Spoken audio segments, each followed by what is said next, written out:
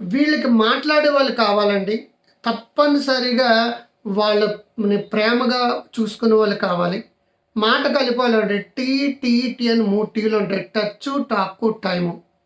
వాళ్ళని టచ్ చేయాలండి. ఆక్సిటోసిన్ అనే రిలీజ్ అవుతుంది. మాట్లాడాలండి. టాక్ థెరపీ అని అంటాం ఎలాగో మాట్లాడే వాళ్ళు కావాలండి.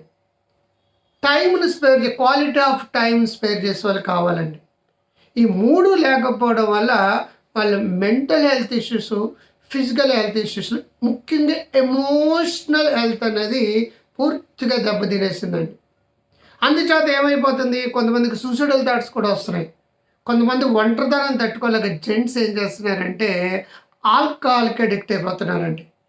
ఆ వయసులో కొంతమందికి భార్య గాని, భర్త గాని లేకపోతే ఇద్దరు ఉంటే ఒక ఒంటరితనం.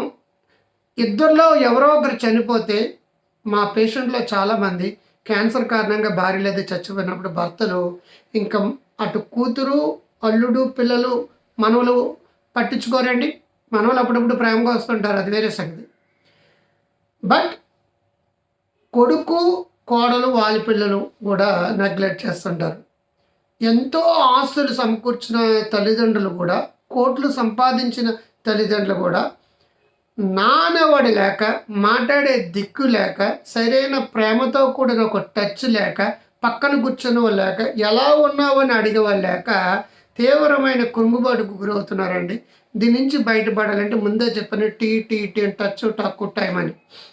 సార్ మేము చాలా దూరాలు వెళ్ళిపోయాం, మాకు వీలు కాదు అనుకున్న వాళ్ళు కూడా ప్రతిరోజు ఒక నిమిషం అయినా సరే వీడియో కాల్ చేయాలి. అండ్ ఆల్సో చిన్నప్పుడు ఫోటోలు ఉంటాయండి, కలిసిమెలిసి చేయండి. అవి ఒక గ్రూప్ పెట్టుకోవాలి. కుటుంబం అనేది ఒక గ్రూప్ పెట్టుకోవాలి. చిన్నప్పుడు పిల్లల పెంపకం దగ్గర నుంచి వాళ్ళు ఒక్కొక్క మైల్ రాయి దాటినప్పుడల్లా తల్లిదండ్రులు చాలా సంతోషంగా చూస్తుంటారు. ఆ క్షణాల యొక్క ఫోటోలు షేర్ చేసుకోవడం, వాయిస్ రికార్డర్స్ ఏమైనా ఉన్నప్పుడు పాతవన్నీ కూడా వినడం, వీడియో క్లిప్పింగ్ చూసుకోవడం, ఎప్పుడు వీలైతే అప్పుడు వాళ్ళని కలవడానికి ట్రై చేయడం.